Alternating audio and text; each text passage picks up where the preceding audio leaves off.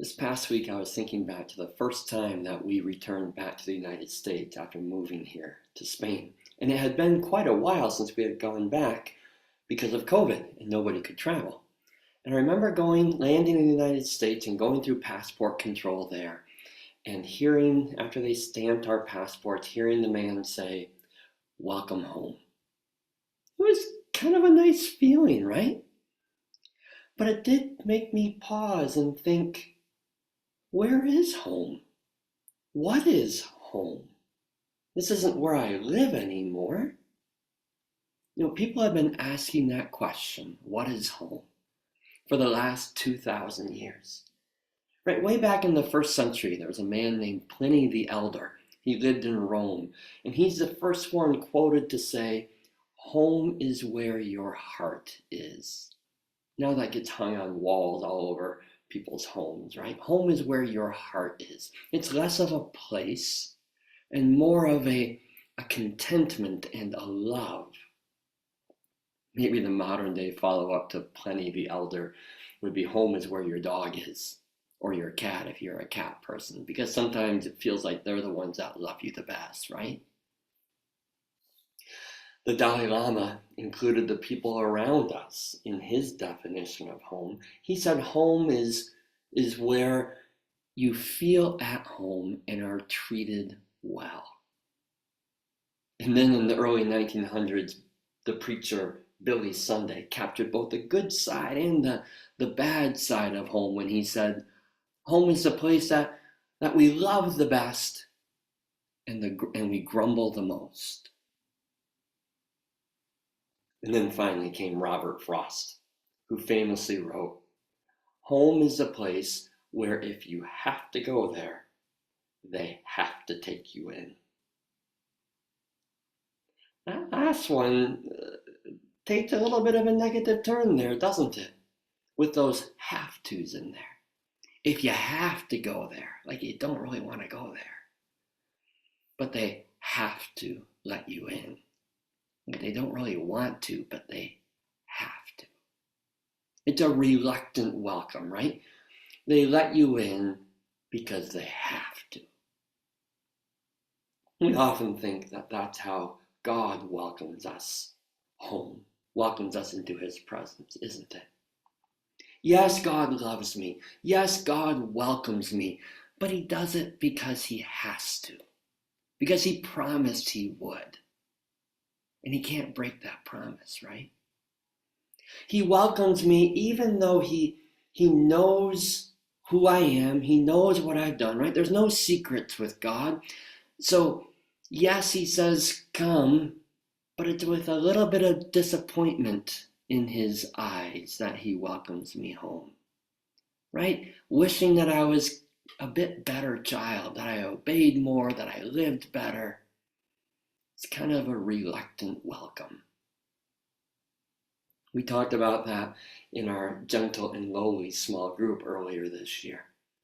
Right? Dane Ortberg in that book, Gentle and Lowly, has a whole chapter about God's heart for us in our brokenness. And he wrote this. Let me just quote him. He says, "We know God loves us. We really believe that. But if we were to more closely examine how we relate to the Father moment by moment, many of us tend to believe that it is a love infected with disappointment. He loves us, but it's a flustered love. We see him looking down on us with slightly raised eyebrows, asking, how are they still falling short so much after all that I've done with them?" I like that line he had in there. We believe God loves us, but it's a love infected with disappointment. God knows our sin. God knows our failures. So how could he not be disappointed with us? And deep down, we begin to believe that God's love must have an end, right? There must be a limit to his love. And so we live waiting for that moment when God's patience finally runs out. There, now he doesn't need to put up with us and our sin and our rebellion any longer. He can just be done with us. Right? We could change the saying to God is where, if you have to go there, he has to take you in.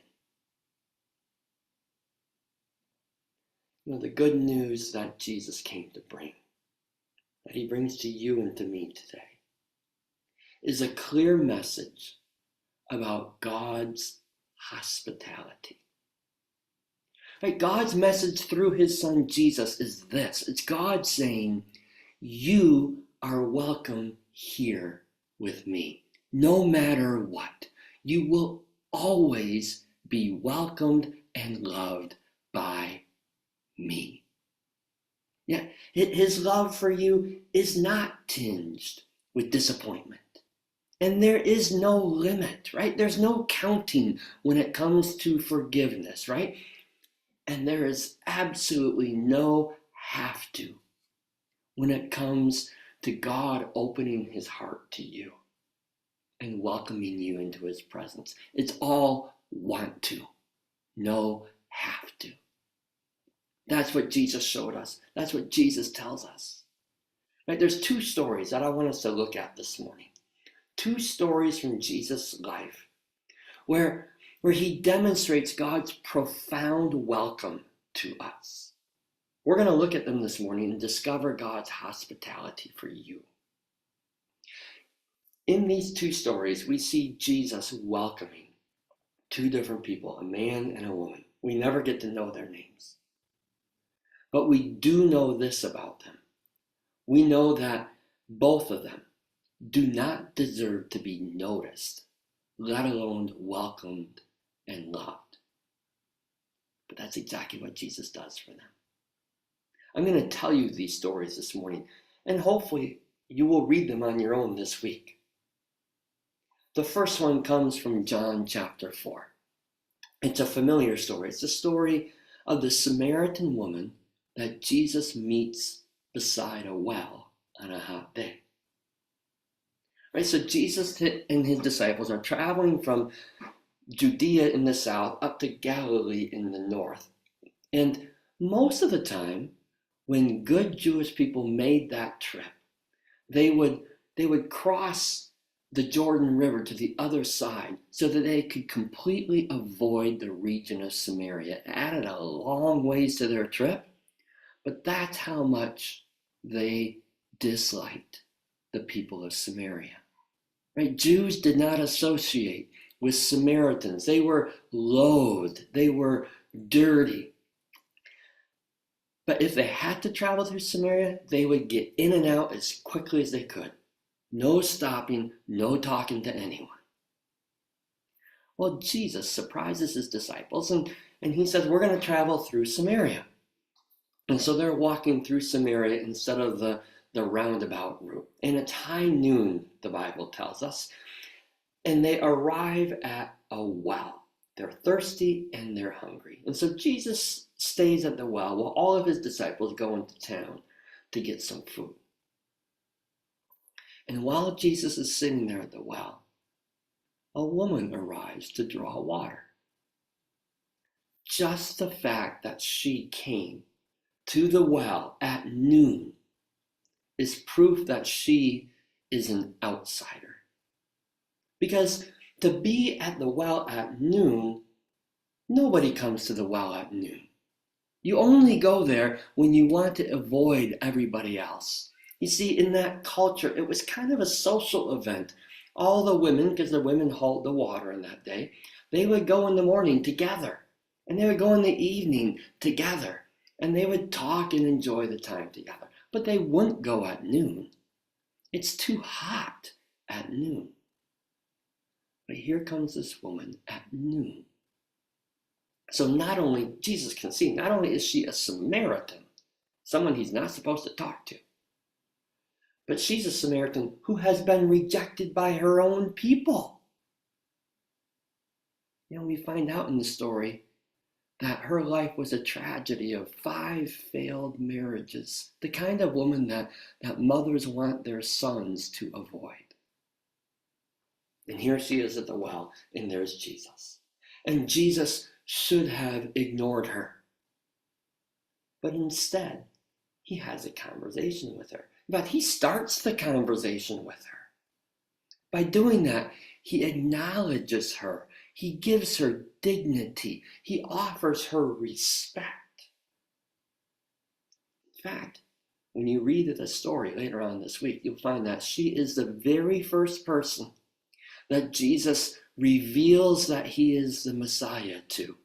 No one else before her. He tells her, I'm the chosen one. I'm the Messiah. A Samaritan woman who's been rejected by other Samaritans. He knows her story. But Jesus doesn't judge her and doesn't count her mistakes against her. He knows who she is. But he still welcomes her fully. No hesitation. No disappointment. Jesus doesn't begin this conversation. He doesn't reach out to this broken, hurting woman because he has to. There's no have to here. He could have stayed silent. He could have ignored her. There's no reluctantly I have to talk to her. No. He welcomes her into his life because he loves to welcome the undeserving and the unworthy people into God's presence and into God's love.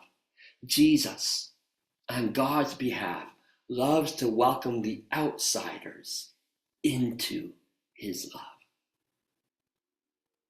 And that divine welcome is made clear again in the second story in Mark chapter 1. When a man with leprosy comes to Jesus, falls down on his knees before him, and begs Jesus to heal him. Well, know first of all that what this leper did is absolutely unthinkable. He was not supposed to come up to Jesus. He was not supposed to be even in the area. You see, leprosy in that day is a highly infectious, incurable, spiritually defiling disease. And so when you were diagnosed with leprosy, you were immediately banned from the community, banned from the city. Literally, you were banished and required to live outside the city. And you could not come near anyone, and no one could come near you. So if you're married, you leave your wife, you leave your kids, you can never touch them again. Maybe from a distance, but that's all. You certainly could not touch them. If you were a leper, you were unwelcome everywhere. And so for this leper to approach Jesus was shocking. I mean, he was toxic. Think back to the middle of the pandemic, the COVID pandemic. How did you feel when you were close to someone when you could be out and they started coughing in your direction? Right? Remember those days? Stay away. That's what Jesus should have felt. Here comes a leper. Stay away. Get away. This man comes to Jesus, and he knows that he's unworthy of anything Jesus has to offer. Right? And so when you read the story, you're going to hear him ask Jesus. He falls on his knees and he says, if you are willing, Jesus, you can make me clean. Right? He believes that Jesus can heal him, but he doesn't assume that Jesus should heal him. He offers no reason why Jesus should do this. Jesus owes him nothing, except maybe rejection, except maybe anger and punishment for daring to be there in the first place. But amazingly, Jesus doesn't reject him. Jesus doesn't punish him. Jesus welcomes the unwelcome. What Jesus does is even more unthinkable than what the leper did. Right? This leper is not supposed to be approaching Jesus, and yet he does. And listen to what Jesus does. It says that Jesus reached out his hand and he touched the man. I am willing, he said, be clean. Right? This man's disease doesn't keep Jesus away. Just the opposite. This disease draws Jesus closer to him. Instead of keeping his distance, Jesus reaches out and touches him. Right? Touches it. This man probably hasn't been touched in years. Not a hug, not a handshake, not a pat on the back, nothing. And Jesus could have healed him without touching him. Jesus could have just spoken the word, but no. His brokenness pulls Jesus closer. Jesus, the healer, is pulled closer by brokenness, not driven away by it. Right? Touching a leper was dangerous. It's a deadly disease with no cure. But with Jesus, that touch is dangerous to the disease, not to Jesus. Immediately the leprosy left him, and he was cleansed, we read. Jesus' cleanness is more contagious than the leper's uncleanness. Let that truth sink in for a moment this morning. Jesus' cleanness is more contagious than any uncleanness. Jesus' cleanness is more contagious than my uncleanness, whatever that is in my life. And it's more contagious than your uncleanness, whatever that is in your life. Whatever brokenness is in your life, whatever sin is deep in your heart, know this. It will not drive Jesus away from you. It will pull Jesus closer to you. It will bring him close enough to you that he will reach out and touch you. He will touch that brokenness, and you will discover that his right outweighs your wrong. And his grace outweighs your guilt. And his salvation outweighs your sin. When you and I feel most hopeless, most unworthy, that is when Jesus is the most tender and the most gracious.